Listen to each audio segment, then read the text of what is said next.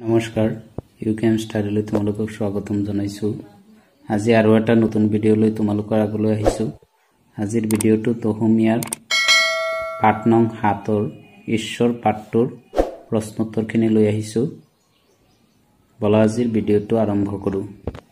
1 নম্বৰত আছে ঈশ্বৰ ক'ত থাকে? ঈশ্বৰ সকলোতে বিৰাজমান। কবিয়ে ঈশ্বৰক দেখা পাইছেনে? কবিয়ে ঈশ্বৰক দেখা পোৱা নাছিল। ঈশ্বৰ থকা কথাটি কবিয়ে কেতিয়া জানে বুলি কৈছে? কবিৰ মতে এই বিনন্দীয়া ধৰাখন ঈশ্বৰে সৃজন কৰিছে।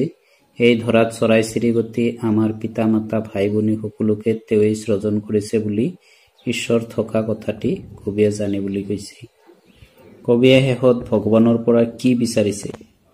কবিয়ে শেষত ভগৱানৰ পৰা দয়া বিচাৰিছে। ভগৱান ক'ত ক'ত আছে বুলি কবিয়ে কৈছে? ভগৱান জড় জীৱ সকলোতে আছে বুলি কবিয়ে কৈছে। কবিয়ে পোৱা সুখবোৰ কাৰ দান বুলি ভাবিছে? কবিয়ে পোৱা সুখবোৰ ভগৱানৰ দান বুলি ভাবিছে। সকলো প্ৰাণীকে কাৰ গুণগান গাবলৈ কৈছে আৰু কিয় কৈছে?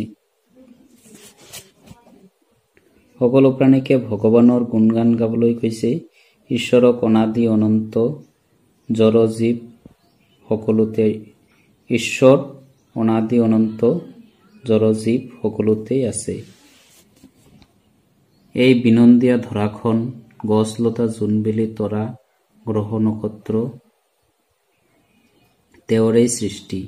আনকি চৰাই চিৰিকটি আমাৰ পিতা মাতা ভাই ভনীয়ে সকলোকে তেওঁই সৃজন কৰিছে। সেই হেতুকে সকলো প্ৰাণীকে ভগৱানৰ গুণগান গাবলৈ কৈছে। সুমংগলময় আৰু বিনন্দীয়া শব্দ দুটিৰ এটাকৈ সমাৰ্থক শব্দ লিখা। সুমংগলময় মানে কল্যাণময়, বিনন্দীয়া মানে আনন্দ। বিপৰীত শব্দ শেষ, আদি, সৃজন, ধ্বংস, সুখ দুখ, দয়া ঘৃণা, দিন ৰাতি। বাক্য ৰচনা ইয়াত তোমালোকে বেলেগ বেলেগো লিখিব পাৰা, নিজৰ ইচ্ছামতে লিখিলেই হ'ল। দিন ৰাতি বৰষুণ হৈ সেই ঠাইখনত বানপানীৰ সৃষ্টি হয়।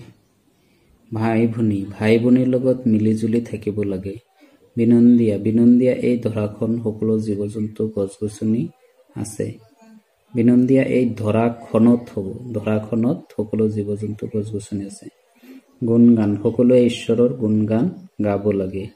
মিনতি আমি সদায় ঈশ্বৰক মিনতি কৰিব লাগে। তৎসম শব্দ লিখা। ধৰম ধৰ্ম, কৰম কৰ্ম, মগন মগ্ন, মৰম মৰ্ম, স্নেহ স্নেহ, মৰদ মৰ্ত, কৰণ কৰা, জনম জন্ম। 14 নম্বৰত আছে তলৰ শব্দবোৰৰ পৰা তৎসম, অৰ্ধতৎসম, তদ্ভৱ শব্দবোৰ বাছি উলিওৱা। তৎসম হ'ব সূৰ্য, পদ্ম, প্ৰাণ, হস্ত। অৰ্ধতৎসম পুৰাণ হ'ব, এইটো পৰাণ আৰু সূৰুজ। তদ্ভৱ হাত, বলি। ঈশ্বৰে সৃষ্টি কৰা বিনন্দীয়া ধৰাৰ সৌন্দৰ্য কবিতাটিত কিদৰে বৰ্ণনা কৰা হৈছে? বিনন্দীয়া এই ধৰাখন সৌন্দৰ্যৰে ভৰি থাকে। জোন বেলি তৰাবোৰে এই ধৰাৰ বুকুত পোহৰ বিলায়। হাবি বননি গছ লতিকাৰ পূৰ্ণ চিৰসেউজীয়া ধৰাখন সদায় ফল ফুলে জাতিষ্কাৰ হৈ থাকে। ৰংমনেনে গছৰ ডালে পাতে জঁপিয়াই ফুৰে নানা জাতৰ নানা বৰণীয়া চৰাই। কবিতাটিত বিনন্দীয়া ধৰাৰ সৌন্দৰ্য এনেদৰে বৰ্ণনা কৰিছে। প্ৰসংগ সংগতি দৰ্শাই ব্যাখ্যা কৰা। বিনন্দীয়া ধৰাখনি তোমাৰ ইচ্ছাতে আৰু বিনন্দীয়া হওক। তুমি আছা বুলি যেন সকলো প্ৰাণীয়ে তোমাৰেই গুণগান গাওক।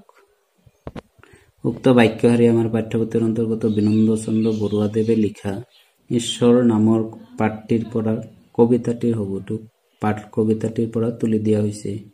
উপৰোক্ত কবিতা ভাষীৰ জৰিয়তে ঈশ্বৰ সকলোতে বিৰাজমান তাৰ কথা কবিয়ে বৰ্ণনা কৰিছে।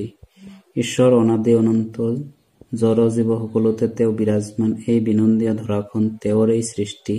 গছলতা জোনবেলি গ্ৰহ নক্ষত্ৰ পিতা মাতা ভাই ভনী আদি সকলোকে সৃজন কৰা পৰিপ্ৰেক্ষিতত কবিয়ে কবিতা ভাষীৰ মাজেৰে এনেদৰে প্ৰকাশ কৰিছে।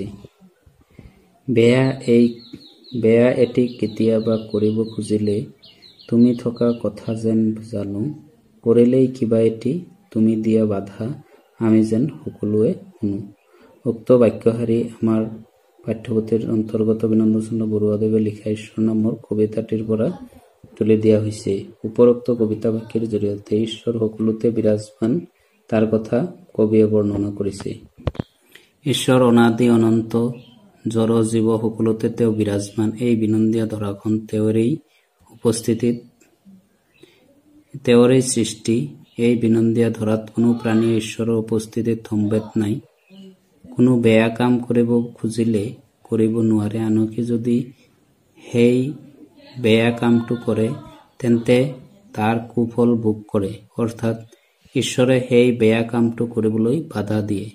সেয়ে কবিয়ে ঈশ্বৰ বিশ্বাসী হোৱাৰ কথা কবিতা ভাগৰ জৰিয়তে কৈছে। এইখিনি আছিলে এই পাঠটোৰ প্ৰশ্নোত্তৰ। আশা কৰিছোঁ তোমালোকে এই ভিডিঅ'টো চাই ভাল পাবা। যদি ভিডিঅ'টো চাই ভাল লাগে তেনেহ'লে লাইক আৰু শ্বেয়াৰ কৰি দিবা, আৰু যিসকল নতুনকৈ আহিছা তেওঁলোকে মোৰ চেনেলটো ছাবস্ক্ৰাইব কৰি দিবা আৰু কাষতে থকা বেল আইকনটো দবাই দিবা, যাতে মই বনোৱা সকলো ভিডিঅ' তোমালোকে পাব পাৰা। ধন্যবাদ।